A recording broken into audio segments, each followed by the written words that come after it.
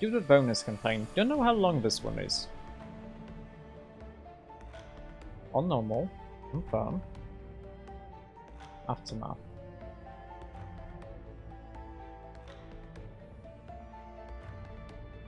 Oh hey! It's what choices I made. You've defeated Chania, although Raymond sacrificed himself to banish her permanently. Okay, you accompanied Isabeau to Decon. You recovered Ractor's throne, helped Gobbert, prevented Gouch's death. You invited Ractor to join your team. Chose to aid Gouch in his fight against his old team. Yeah, basically that's a lot of stuff. That's everything. Nothing about Duncan, because Duncan sucks. I hope I have... Okay, that's today's date. That's like from 2 minutes ago. So, yes.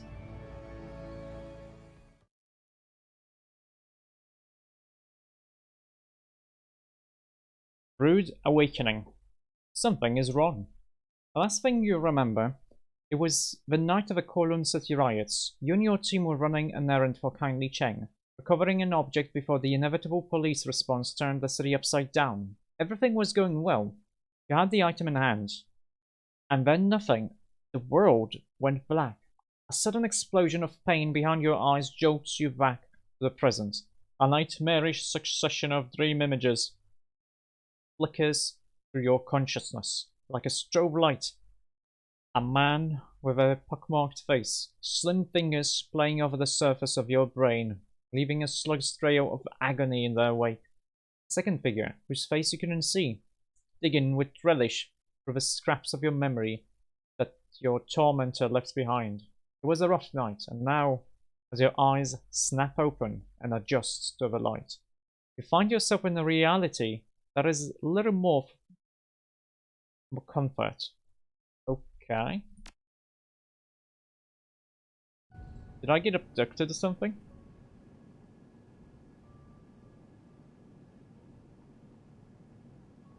A single bulb hangs from a corrugated steel roof. Dim light that it casts is barely enough to illuminate the table in front of you. Your head throbs in time with your heartbeat. Each pulse gives rise to a low, grinding, stomach-churning discomfort. Heavy weights on your wrists tell you that you've been handcuffed. Let's try to clear my head. Squeeze your eyes shut and count to 10. The pain in your head slowly dissipates and your vision gradually swims back into focus. There's a rag on your lap. An old dishcloth, matted with congealed blood. Dull ache that radiates from the bridge of your nose up and into your sinuses. Tells you where it came from. Let's examine my surroundings. The room is dark. Far too dark for you to make out its dimensions. All I can see with any clarity are your own lap and the table in front of you. Let's try to focus. Squinting, you try to focus on the hazy objects in the distance. A searing jolt of pain is your reward.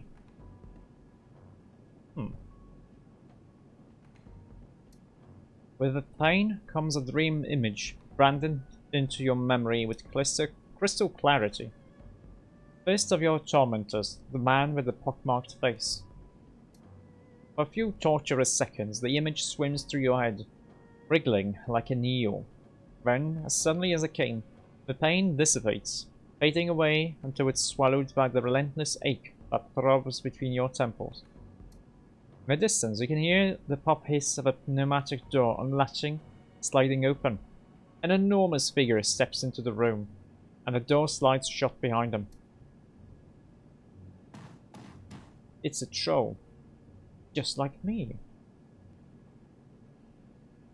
You can just barely make out the silhouette of a troll standing across the table from you. Your other senses work to fill in the blanks. He's got a heavy build. The floor creaks every time he shifts his way. Wait, the rustle of fabric over hard, sharp keratin tells you that he has prominent dermal deposits. He's also wearing way too much cologne. From the chest up, the darkness swallows him. You can't see his face. say nothing. The room remains as silent as he busies himself arranging objects on the table in front of him.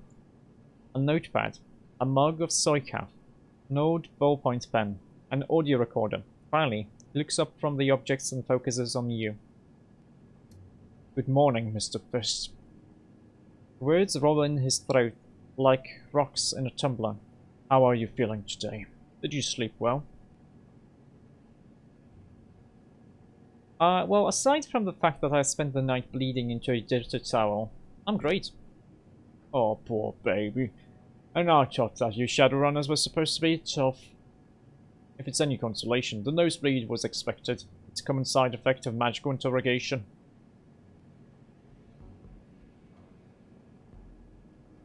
Well, you know what? I'm thinking that when we're finished here, I'm gonna tie you to a chair and experiment on your brain. I also have a useful implement attached to my hand for it. I'm gonna give you a lobotomy. You're upset. I get that. But threatening me isn't going to help you. He lifts the mug out of the light and towards his lips. You hear a long, loud slurp as he sucks the steaming fluid down. For the record, the mage who worked on you did his best to be gentle. He's good at what he does. Uses a light touch. Not he, them. Two of your people went to work on my head last night. He pauses a moment, considering, then shrugs. Afraid you were wrong about that. That couldn't happen to anyone else.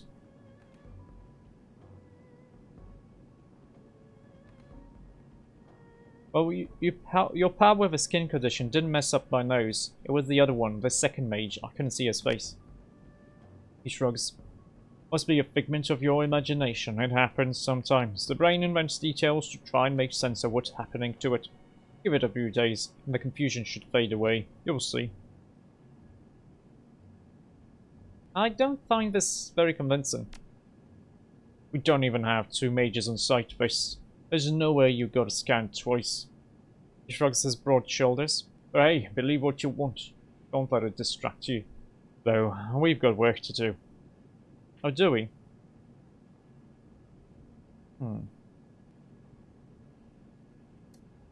Now, let's get to it, shall we? He shuffles his papers, flips open the notebook on the table with the tip of his pen. Run me through what happened last night.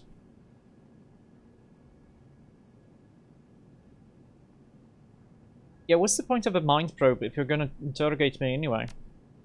Magic is great for pulling facts from a person's memory. It isn't good at contextualizing them. All we got from you was a jumble of disorganized information. It'd take a lot of guesswork on our part to piece those facts together into a coherent narrative.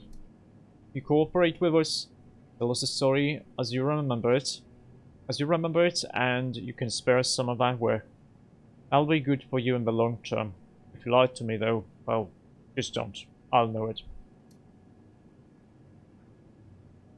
Now if you please, tell me what happened last night. Just start at the beginning, and take me through it until the moment that we picked you up. Or not until I know what happened to my team. We've got them. They're fine. You can see them after you've told us what we want.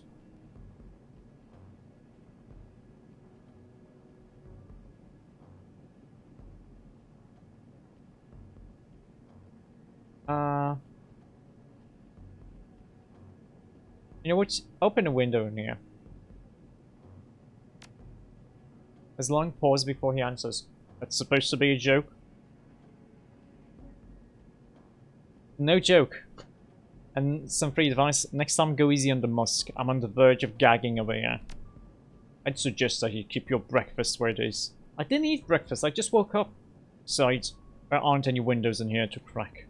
Just you and me and this light bulb. But there's a door.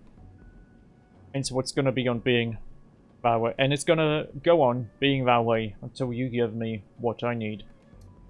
Now, let's get started, shall we? He turns on his audio recorder with an audible click. We already know that your team went to combat Pangs, the biker bar.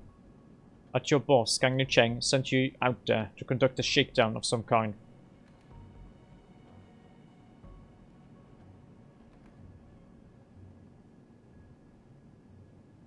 Uh, Actually, the owner of the bar had something that didn't belong to him, and Onchi Cheng sent us to get it back. Right, the artifact. He glances at the notebook on the table. Says here that it's a Jade Kong from the Liangzhu period, dated back to 3000 BC or thereabouts. It was some kind of rock. I didn't really care that much. That's pretty much all it is to anyone outside of the collector's circuit. Our mage ruled out any latent magic in the stone. It's basically a Ming vase. Valuable as hell to the right person, but worthless to anyone else. We got your boss's Kong. Locked up for safekeeping, by the way. It's in good hands with us. No, it is not. Now you said us earlier. That was you, wasn't it? Well, there was Gobbet. Gobbet, the York girl, with the rodent fixation. Got down a note on his back. And who else? Well, there was Isabel. The dwarf, right. Quiet little thing. On the note. Alright, got it. And who was the last member of your team? Well, it was Ractor. The rigger. Creepy son of a bitch. The pen dances over the pad a final time, then stops. Your interrogator glances about you. Alright, so Chang sent the group of you to combat Pangs to recover a very old rock. And she sent you there on the eve of one of the bloodiest riots in Kowloon City history. Funny timing, don't you think?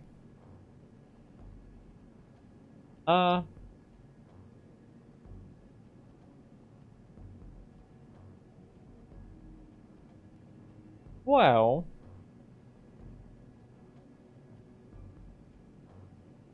But we did use the riot as cover. Oh, so I'm gonna be doing the mission now.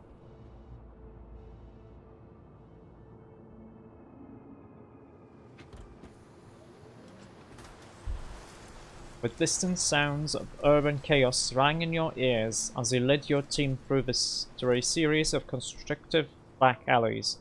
It was out, sweltering, and the humidity left your body drenched. A bad night for a riot, but it made for good cover.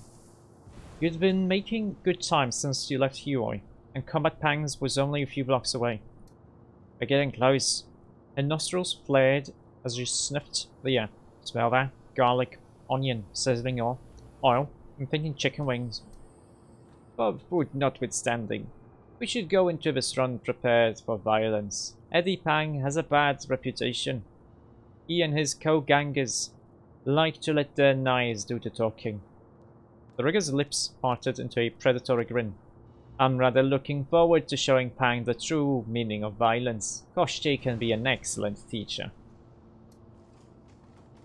No robot killing sprees until I've got my wings. They caramelize them in fish sauce. That's what the guy at the bus stop told me. I mean, how amazing is that? After my belly's full, we can go nuts. Tear the place to shreds and light it on fire for all I care.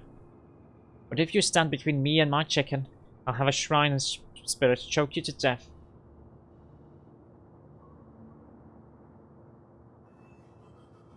I could go for some chicken, yeah.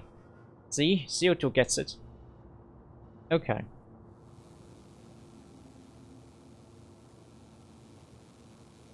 Well, the cops are going to be out in force because of the riots.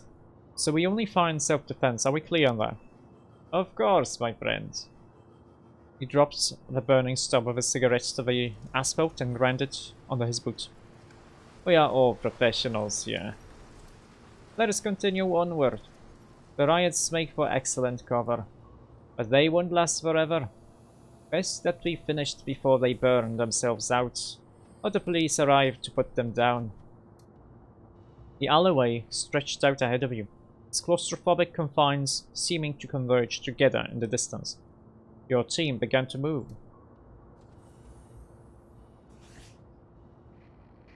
Okay, I have the monies.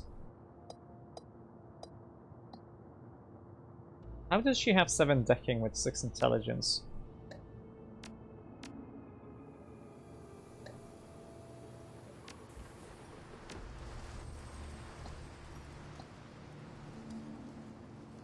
Whatever. Good thing I have the money, I can buy some stuff. Come on man, hurry up. 2 figures in dirty riding leathers stood facing the shop window. The patches sewn on the backs of their jackets call them out as members of the Black Sun Boys, a small-time outfit, one of a dozen in the neighborhood that all operated under the supervision of Eddie Combat Pang. Okay. The window was unbroken, but not from their lack of trying. You could see a half a dozen indentation in the transplast, and as many spent shell casings on the ground. The troll was working on an access panel, trying to brute force his way through the shop's security system. His human companion rocked on his heels, practically salivating over whatever was locked inside. This must be the last intact storefront in this block. Quite a prize for a looter with ambition. Of course. If the owner of this shop has gone to the expense of installing transblast windows, there are probably other security precautions in place. A private security contract, for example.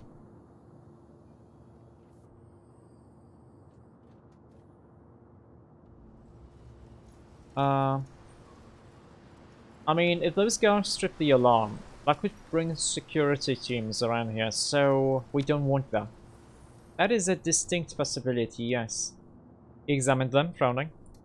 They look like they've been out here for a while. They might be able to tell us about the police presence up ahead, if you could get them to talk to us. Otherwise, I'd suggest leaving them be. Either way, it's your call, my friend. I will abide by whatever you choose. Let's talk to them. The human ganger turns on his heels, spinning to face you. An exaggerated frenetic motion. He was probably riding a cram high. He snarled at you through a mouthful of crooked teeth. Hey, strangers, this is our alley, the Black Sun Boys stuff, not a place for tourists. You scoot your narrow asses back off of this block and out of our sight, or I'll make you sorry you were ever born. You know what? You shut up and do what I tell you, or I'm gonna fold you in half. The human went as white as sheet, the blood draining from his cheeks. Oh yeah, we're not afraid of you. I mean, would you even care if we robbed this store? What are you even doing here?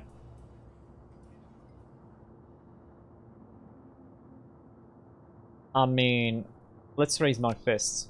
His eyes went wide and he raised his hands and surrendered. Okay, I'm sorry. We don't want any trouble with you. Just tell me how to make this right, okay? Tell me what I can do. Have you seen any patrols in this area? Or are they sticking to their barricades? Oh, they're out there. Real trigger happy too. They're doing a whole lot of shooting. And they aren't asking too many questions. You'll find a whole pack of them just around the corner. Led by those special duties assholes. He nods his head eagerly. There, now, we good? And me and Needle Nose keep doing our thing. If me and Needle Nose keep doing our thing, will you leave us be? We don't want trouble with no Shadowrunner.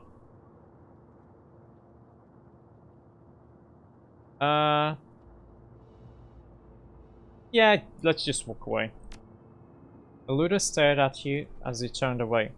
His mouth curled into a frown. Eventually, he turned back to watch his companion struggle with the door panel. It's fine.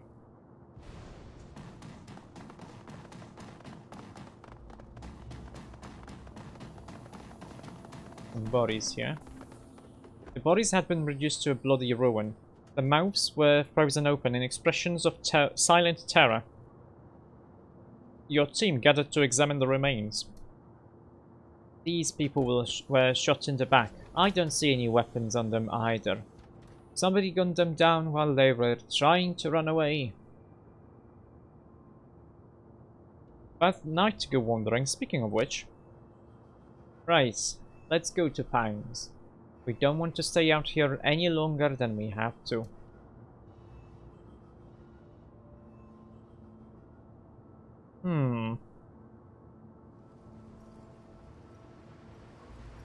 Well, we have to go this way.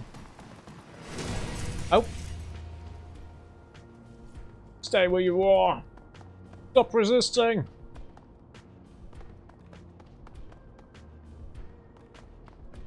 There's a lot of them. The HKPF patrol stared you down, their weapons held at the ready. In the center of the pack, a man in heavy tactical armor loomed over the others. The The plates of his armor were emblazoned with the regalia of Hong Kong's elite special duties unit. One of the cops cupped his hands in his mouth and barked out a command. You, hey you! Stop moving and put your hands in the air! Tough words, but he sounded nervous.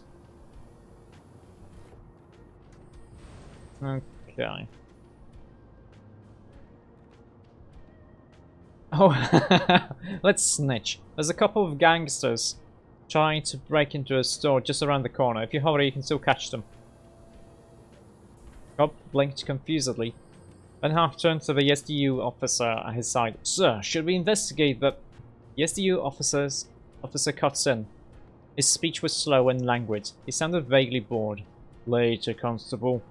We'll catch the looters when we're done here. But look at this man's clothes, his gear. These people are armed criminals, and they're breaking curfew. You've got your orders. I promise you, you don't want to do this.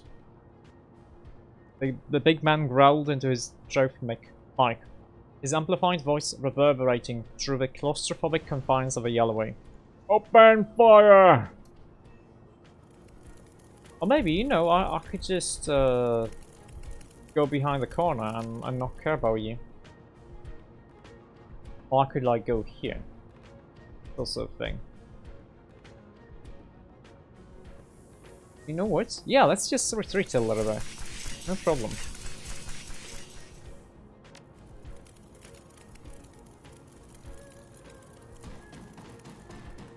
Oh wait, this is... I'm still visible to them. Wait. What's here?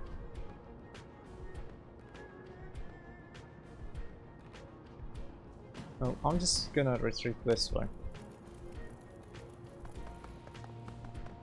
For now. For now this is fine. Yeah, give me aiming.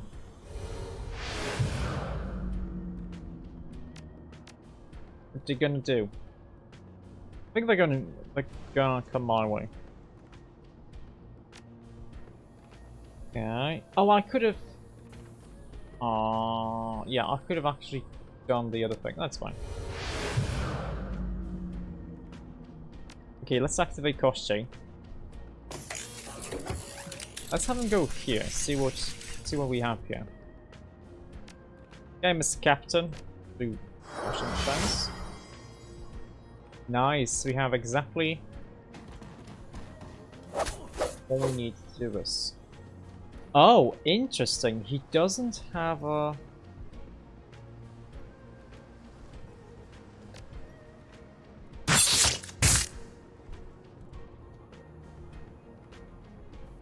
Oh.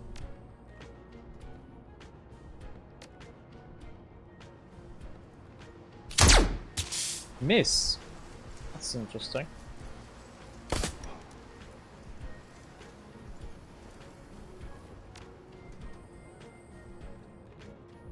Okay, that's not the perfect thing. Oh, she has a different skill. Double tap.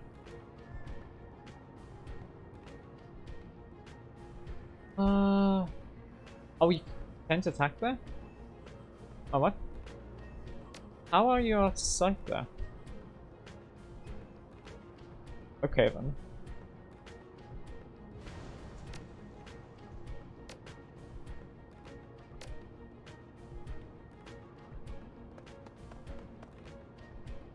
You just stay here, Actor, that's fine. Killed him, that's okay.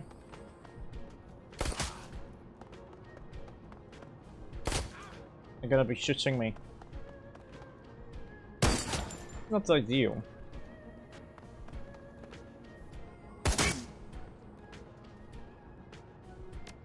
Wait, why does he only have 2 points? Oh wait, did he lose action points from this? I guess he did. Okay, we can't do a double hit here. I have to get this guy's leg.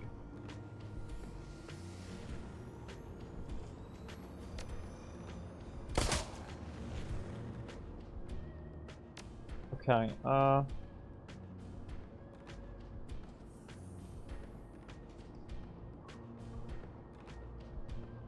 Yeah, you just sit here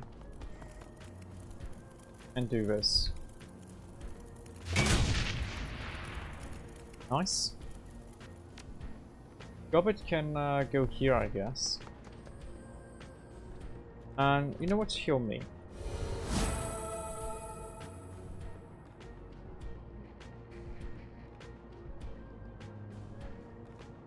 Yeah, do a normal hit here. Wait, we missed? Oh, that's dumb. 96% we missed. Okay, that doesn't cost me anything. And how about I murder...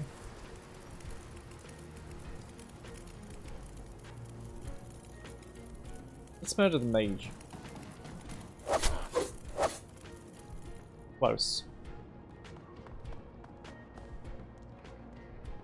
Actually, let's have him take this.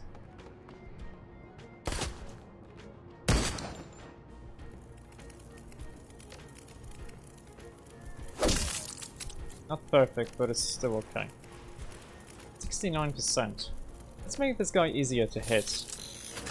Nice.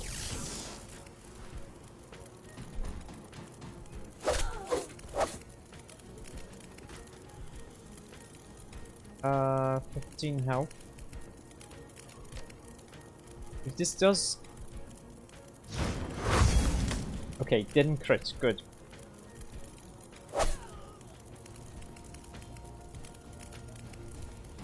Nice.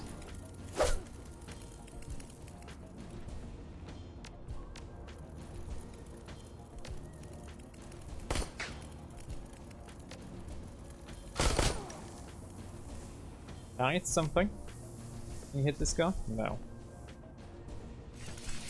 What about now? Good.